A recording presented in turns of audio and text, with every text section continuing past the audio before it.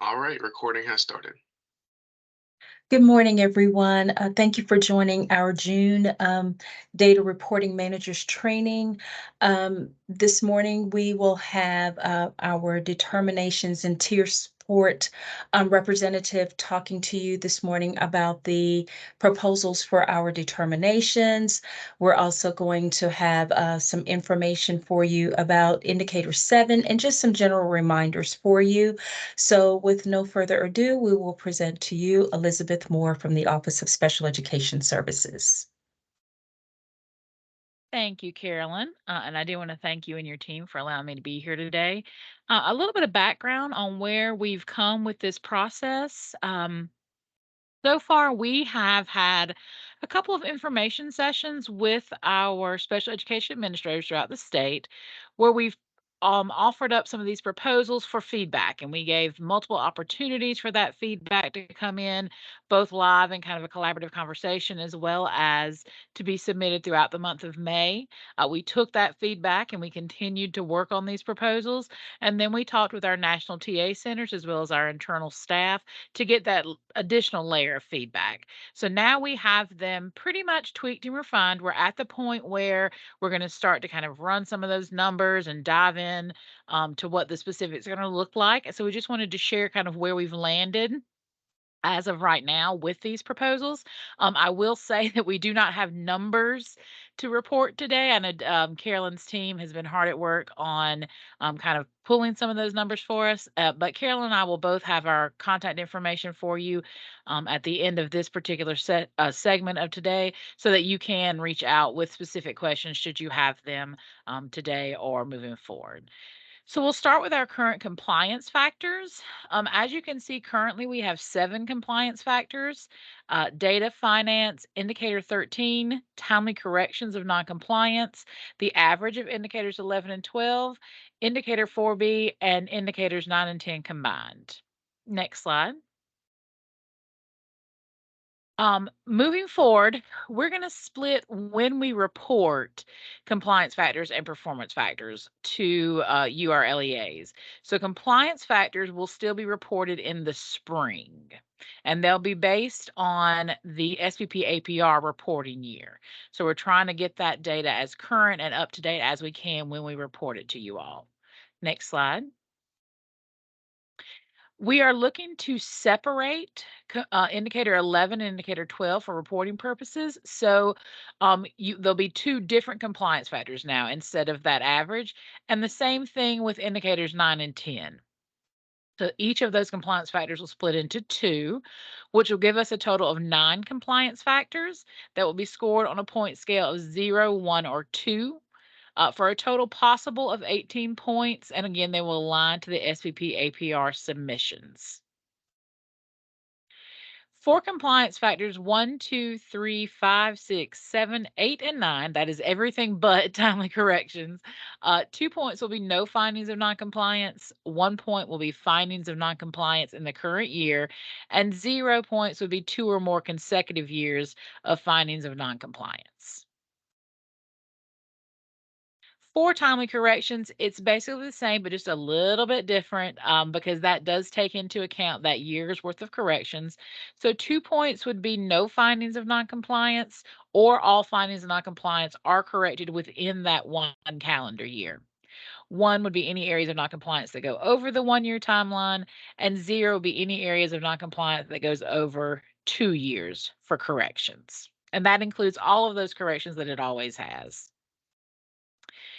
That gives us a new total of 9 compliance factors, again, with that SPP APR reporting year data. So we will have data, finance, indicator 13, timely corrections for noncompliance, and then indicator 11 as a single factor, indicator 12 as a single factor, indicator 4B, and then indicator 9 as a single factor, and indicator 10 as a single factor. And we received pretty overwhelming positive feedback on those changes for compliance factors. So we're pretty excited about those. With our performance factors, we currently have 7: graduation, ELA, math, school age LRE, early childhood LRE, out of school suspension discipline, and career readiness. So as we mentioned before, we're going to look to use multiple year data to calculate state performance because we really want to adjust for that COVID data distortion.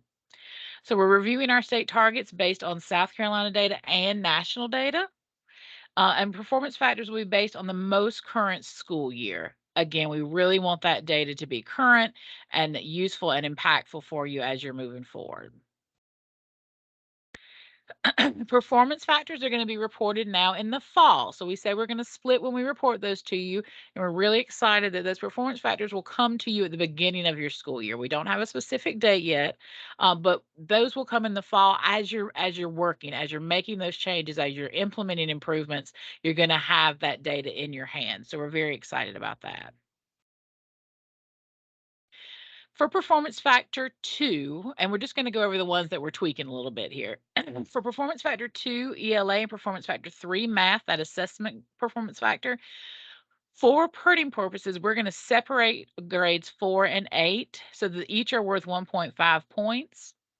So you'll be able to see what each grade band gets as far as a performance factor. Now, you'll still get the combined average, but we're going to report them to you as 1.5 and 1.5. So you can actually see where that assessment data is hitting the hardest.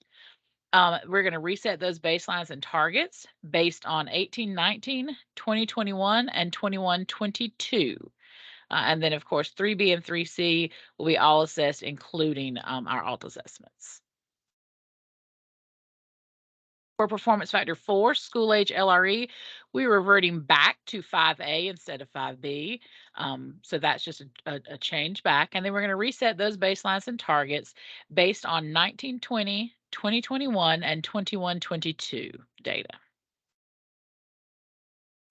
For performance factor 5, there were several changes that we proposed here. We tossed out some things that we knew we're gonna get some feedback on, and we got the feedback that we expected. So we've tweaked these a little bit, and this is kind of where we've landed for performance factor 5 with early childhood. We're going to reset those baselines and targets based on 1920, 2021, and 2122 data. The bigger changes, however, are that we're going to look at coast completion data plus your KRA initial administration data for a total of 3 points. So KRA will be worth 1.5 points. We are not going to do a second administration. That was one thing we kind of tossed out, and we got a lot of feedback saying they didn't want to do that. So we've eliminated that. We're going to focus on language literacy and math. We're going to look at the demonstrating readiness, and it's going to be for students with disabilities served for 180 days prior to kindergarten. So it'll look like KRA students with disabilities who demonstrated readiness divided by the total coast who took KRA. So again, we've tweaked that and refined that based on feedback that we got from our statewide LEA special ed administrators. Next slide. Thank you. The second piece of that is the coast completion. We are going to look, that's going to be 1.5, and that'll be the total number of students with disabilities with entry and exit scores divided by the total coast. Moving forward, we will probably continue to kind of tweak this one and move more towards that coast. But for now, we feel like this is going to be our best picture, best representation, and the best data to kind of start building off of. Next slide. For performance factor 6, out of school suspension, we are going to reset those baselines and targets based on 1718, 1819, and then 2122. Again, we know that that particular performance factor had a little bit more layover with COVID and kind of coming back in those hybrid models for a little bit of the next school year. So we're really taking that into account when we look at that data. For performance factor 7, career readiness, we are resetting those baselines and targets using 1819, 2021, and 2122 data. For the 5 categories you'll see here. I'm not going to read those off to you, but for all 5 of those, and we do want to point out that those are ORs at the end of that. In one of our presentations, we had a member who thought we were saying that they had to have all 5. Nope, those are ORs. So do take that into account as you're kind of reading through those. So that will be a performance factor of 0 to 3 point scale, with 3 meets or exceeds current state target, 2 meets or exceeds prior year state performance, excuse me.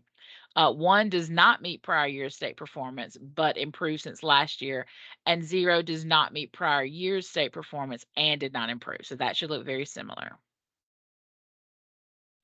So for our overall structure and timeline with these proposed improvements, we're going to have 9 compliance factors on a 0 to 2-point scale worth a total of 18 points.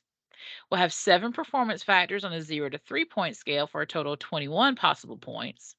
And then we're bringing back indicator 14 as a bonus point based on return rate. So a 0 will be below 25% return rate. 1 point, which will be built into the 40 points, is based on 25 to 49% return rate. And then 2 points, one of those being a true bonus point, is for 50% or higher return rate. And I think Carolyn has shared several times that is going back to the districts if they'd like to handle that indicator 14 themselves. So we're really excited about being able to bring back that bonus point in the end. So 40 total possible points for determinations, and then that 1 bonus point to add in. As you know, the last determinations received on 2021 data were released in the fall of 2022. This summer, we have given performance determinations based on 21-22 data. We've published the profiles on the website as of June 1st, and I believe Carolyn and her team are working on the rest of that determination data to come out. Then again, in fall of 2023, we will be giving the performance factor data based on 22-23 data. In the spring of 2024, we will be giving compliance data and then your full determinations. So for our next steps, we are in the middle of some continued stakeholder feedback, including today. We're reviewing our tiering and cutoffs, and then we're kind of redefining that assistance for each level. So we're trying to align to current supports that are already out there, you're already making use of. We're trying to identify some gaps in support and then build in those supports using OSIS and, of course, our SC team's TA providers. If you have questions about determinations, the tiering, and the next steps, you are welcome to reach out to me at any time.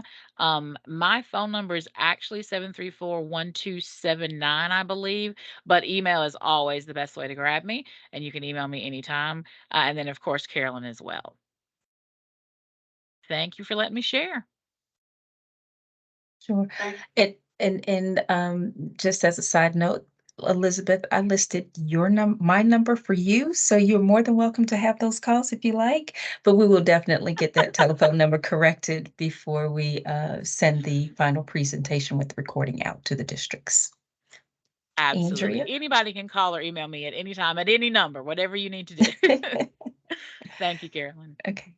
And now we're going to hear from Andrea Cannon, just giving some information, some last minute to-dos before you submit your Indicator 7 COAS information.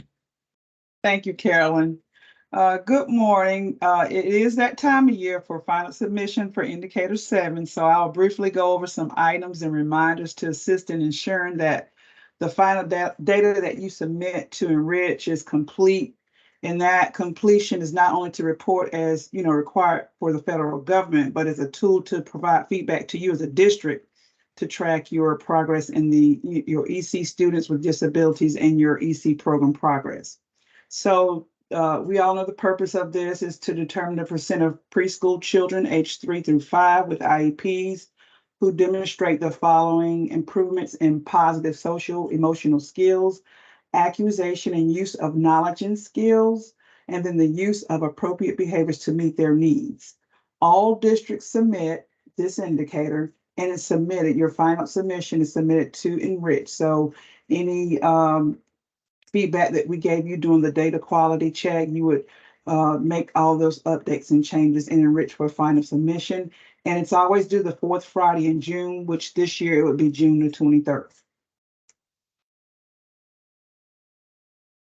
Some reporting changes, we reported this previously in the previous year. However, we just want to go back and reiterate that back beginning the 21-22 school year, all students entering kindergarten, regardless of age, should have exit course. Districts must complete an exit course when students are entering kindergarten. And then we sometimes have a set of students that may be 5 and they may remain in a preschool setting. So in those scenarios, if they remain in a preschool setting at age 5, you want to make sure that those students are exited by their 6th birthday. An example of that would be is if you had a 5-year-old that was actually remaining back in preschool for the new school year in August, but would turn 6 in September of that year, you want to make sure that they would be exited out of the program by their 6th birthday. That would only apply to those 5-year-olds who remain in a preschool setting. Okay, to successfully process indicator 7, 3 pieces of information, course information is required and needed for exit. Of course, all preschool students aged 3 through 5 determined eligible under any category of disability and placed in education must have a rating, entry rating of 1 through 7. You see that in yellow in all 3 outcome areas. Exit rating of 1 through 7. You see that in blue there in all 3 outcome areas. And then a yes or no to the progress question about whether the child gained any new skills or behaviors in the 3 outcome areas. And that would yield the OSEP category that the child would be placed in. So those are key pieces that's required for indicator 7. Some of the trending errors that I'm finding is having no entry and exit dates, or have entry but no exit dates, have exit but no entry ratings. And then a big one here lately is students entering kindergarten, no entry or exit ratings. So we want to make sure, and I'll speak a little bit more on that again. When you have a student this year, we're going to give a scenario of this year. We have a student that's going into kindergarten in the fall. You want to make sure that you're doing that exit this school year. And another piece that's often missing is the student ID number. So you want to make sure you put that identifying piece in your data as well.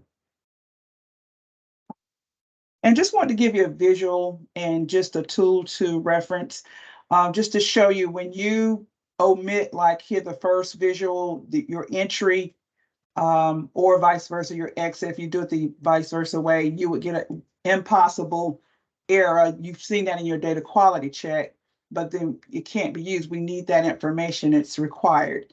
And then on your progress, you see the second visual there. If you leave it blank, it will give a progress error. Or if you put an incorrect response to the progress question, it's going to give you an impossible error. Now, there is a tool that you can actually input if you have any questions about your combination. If you're seeing the error, there is a link tool that you can find from our website. On our website, you can find that link under indicator 7, or you can go to the ECTA website to obtain that post calculator as well. And it'll you can input your data as a data quality tool to check prior to doing your final submission. Transfer students.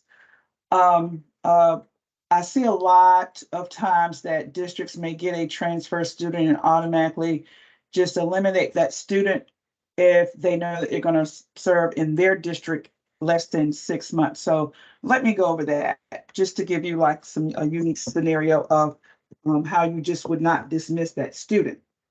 And the goal is to have every child to have one unique entry and one unique exit and be served for at least 180 days. An example, if a child was served 90 days in District A, moves to District B, then is served 120 days in District B.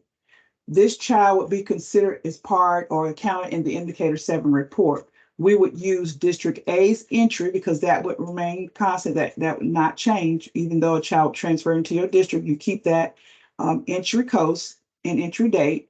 We would use District B's exit coast And then the child would count as part of District B's Indicator 7 calculation.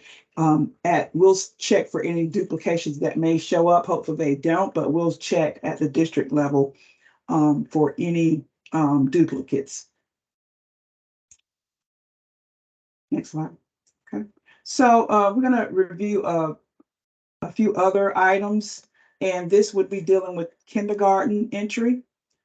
Students that's already 5 years of age and in kindergarten when enrolled in your district, you may get a warning within Enrich or error message.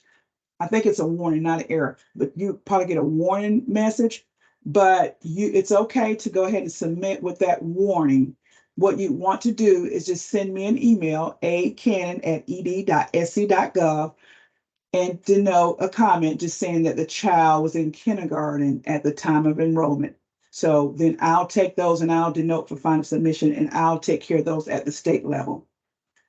Another scenario here is the 5-year-old student, kindergarten student student was already 5 years old of age and in kindergarten when found eligible for special services. So it's okay to submit with that warning. Again, you want to go ahead and send me a email. I like to have just the student ID number and then that comment next to it. Just denoting that. You would send that again to me, acannon@ed.sc.gov, and I'll denote those for final submission. So the next item to review is a student with an entry course at a previous school, only attended for 4 weeks and then withdrew. So that's going back to the transfer students. Let's see, student with an entry course at previous school, only attended our district for 4 weeks and then withdrew. You want to add the exit course date because that could qualify the child based on the length of services from a previous district. And so again, what we state is if you have a student that's only serving a lot amount of time that's less than 180 days in your district, you want to go ahead and just put in those coast information, the coast data, because when we look at both coast entries between the two districts, it could qualify them to be reported on the Indicator 7 report. So, but if not, we'll eliminate those we'll eliminate them at the state level. If a student will not receive 180 days of instructions in your district, you want to add the dates, the entry and exit dates, and we'll eliminate at the state level. Again, if they're not receiving 180 days, and that's generally when they're like initially placed and you know that they won't serve 180 days, you want to just put those dates and we'll catch that on the report. Next slide. Okay, another scenario, student exited after eligibility, did not attend school for 180 days and has no exit course. So again, you want to add those dates and we'll eliminate at the state level. If you had a parent who did not consent and the student did not attend school at all, if you input those entry dates, that's going to alert us that that child did not serve enough time, and we will also eliminate those at the state level. If a student exited after eligibility and did not receive 180 days of instruction, add the entry and exit dates, and again, we'll eliminate. And if a student did not receive 180 days of instruction before turning 5 years of age and in kindergarten with no course, add the entry and exit dates. And again, we will eliminate at the state level.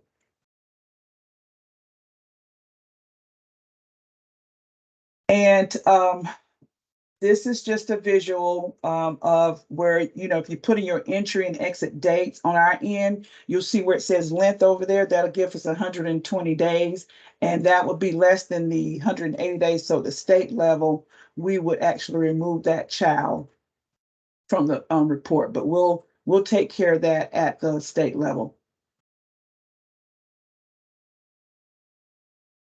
Just also want to remind you of the reporting template that we offer on our website. There is a reporting template that you can actually drop your data into, and it will kind of give you feedback of any errors that may come up. You may want to go back and check that. That is available as a data quality check prior to you submitting to Enrich. So that's an option for you. Just a frequently used resource. I think I mentioned that earlier, that graphing calculator and graphing template. You can find that on the ECTA website. I think this link actually takes you to ECTA, but you can also visit our webpage on our resource where we have our recordings as well. And you can go to the Indicator 7 option and it would also be listed there. And that would end it for Indicator 7.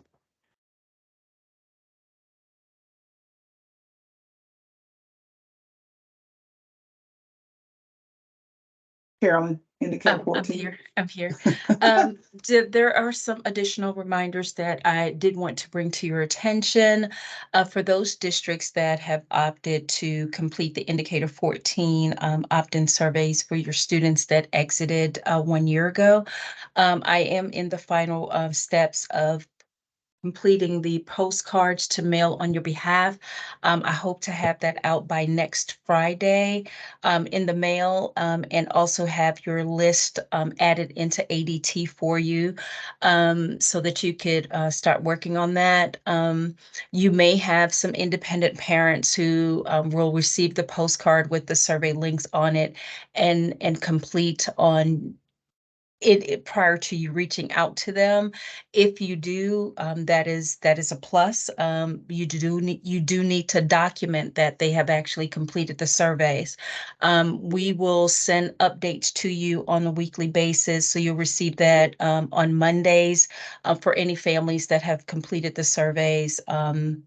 Without your assistance, you'll get a full list of those families or those students that have completed the surveys. I do want to remind you that the calendar invitations for our monthly meeting, you will get a notification that it's being deleted after today's meeting. And I will send a new calendar invitation for the 23-24 school year. And that's just so that we could add in those individuals who are new to the positions. Welcome, welcome, welcome. If we have any new attendees that have joined us today, we do have these meetings on the third Thursday of every month at 10 o'clock. So we want to pull you into those meeting invitations as well as remove those individuals who are no longer with us or employed in those positions. Next slide. As always, we have Andrea highlighted and checked here because she is the point of contact for Indicator 7, but the rest of my team's information is here as well. If you need to contact any of us for any reason, please, please, please don't hesitate to reach out to us. We are here to assist you. We never want you to stress or struggle about these submissions. I do want to say that well, I'll leave that for another time. But if you have any questions about your submissions or any issues that you're finding with your data, please, please, please don't hesitate.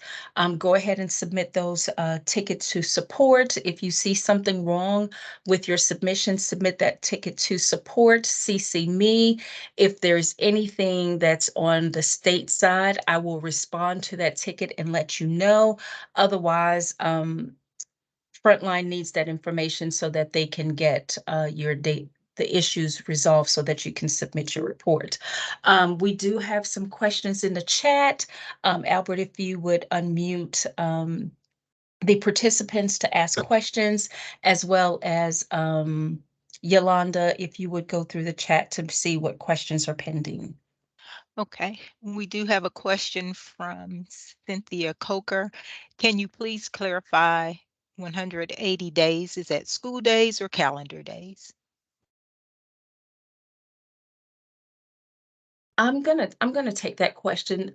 So it is days in which the students receive services. Please be reminded that those 180 days could include ESY services. So I don't want to just say school days because there are some instances where students attend and receive services outside of the traditional school day. So think about your days of services. Whenever the students are receiving services, you want to include that time frame into your 180 days. Next question comes from Angie Mishu. Do we need to process entry exit codes in order to add dates? No, no, you do not. Oh, Andrea, I'm you can go sorry. ahead. No, Go ahead. I was gonna say, no, you don't. We just And need you to put the entry and exit dates into the system so that we can exclude days of services or less than 180 days of services on our end. I will say that if a student is transient and enlisted in multiple districts, those dates will help us reach out to those districts to get information so that we can have that unique entry and exit codes for those students. And Lori Harrison asks, to clarify, do you want us to email as we have been doing with the student ID and explanation dates, or do we need to create a blank entry and exit document and enrich with just the dates? No, you would just continue emailing for those students. I think you would probably reference the students that's already in kindergarten or they arrived in your district at kinder. You would just continue sending me the student ID numbers along with the comment. And I'll take care of those at final submission, but you wouldn't need to do or create a blank entry just to do that. You would just send me the information and I'll take care of it at the state level. All right. And I will follow up on that before you move to the next question. Mhm. That will be the process to complete the 22-23 school year. For the 23-24 school year, we have made an ask Frontline to add some notification or a comment box into the indicator 7 so that you will be able to provide that information to us on the report. So that would eliminate some of the back and forth. You'll have the ability to tell us beforehand unique instances or issues surrounding the students moving forward. But we should see those improvements for the 23-24 school year reporting. All right, the next question. When calculations of indicator 7 are completed, can we get a copy of our data back with how the determinations were made? Yes, and we started during the last school year. We gave notification or indicator results. We placed that information in ADT, and so we will continue to do that this at the conclusion of this year as well. All right. So when we enter the dates for students who aren't served the minimum 180 days, do we need to open the entry and exit posts and leave them blank entering the date only, or do we just enter the date into the spreadsheet for the report? No, you would enter the entry and exit dates and enrich. But you wouldn't need to put the ratings, any coast ratings, if they're less than 180 days. Just put the dates, and that'll give me that the calculation that the child served less than 180 days. All right, next question. Do we contact Enrich if we have warnings for report type is blank and school ID is blank on indicator 7? So for report type blank, that is something that they change within the system, and that is because the school information relevant to the school is missing. I'll go back in one of my emails and find the instructions for that, but I believe you have to go in and select the school type, and once you select that, that'll take away the report blank type error. When I send the information about this recording, I will also include that how to correct that report blank type. If I find it before we end this call, I'll add it into the chat. All right. Next says not eligible. Is it necessary to enter entry exit dates?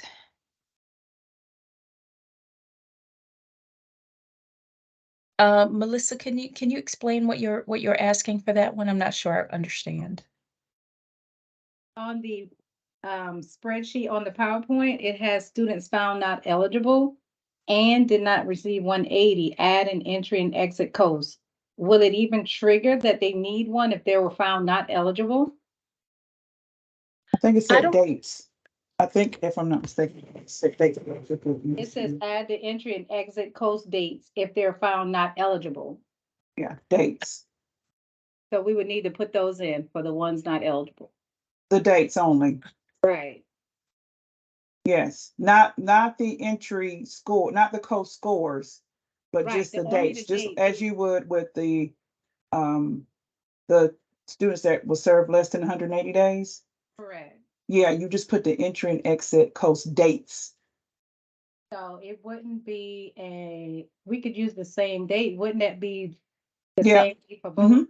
Okay. It would be if they weren't found eligible and you did that on 1/1/2023, then you probably more likely have the same exit date. Okay. Thank you. You're welcome. When will the reporting calendar for 23-24 be released? I'm gonna safely say in July, sometime at the top of July, no later than mid-July. Once you send out the postcards for Indicator 14, what is the cutoff date for collecting responses?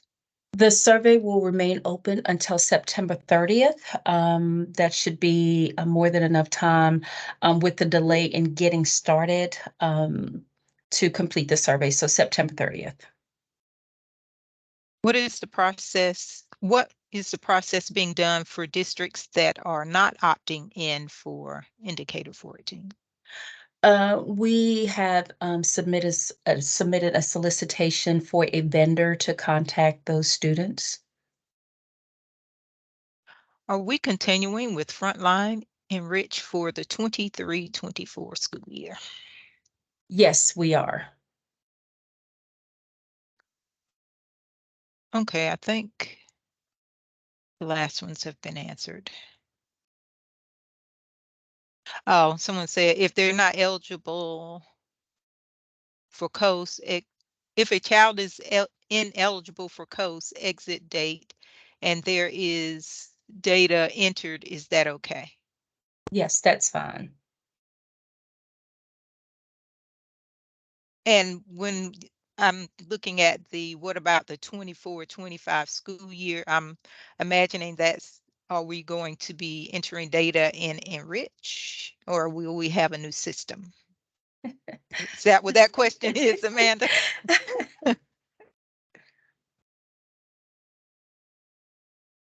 Yes. Yes.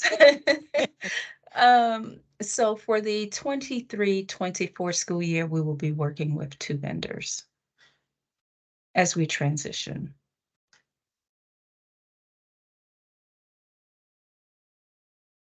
So it will be extremely important that we make sure that our data is as accurate as possible. We have, for the last 2 years, taken some extra steps to make sure that what we submit federally is accurate, but we're going to have to do uh, the same thing in making sure that our data is accurate before, as we transition systems. Follow-up question. Is PCG the new vendor? PCG is the new vendor, yes.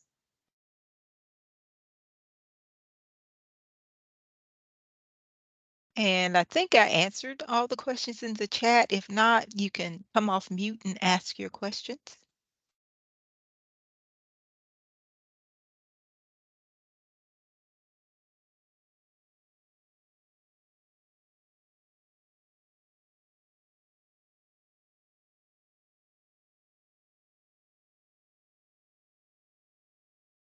Carolyn, I hear no questions. Okay, that concludes our June monthly meeting. If you think of any questions that may arise after the conclusion of this meeting, please don't hesitate to reach out to us. We are here to assist you so that your days will be easier. Enjoy your summer, and until July, we'll see you then.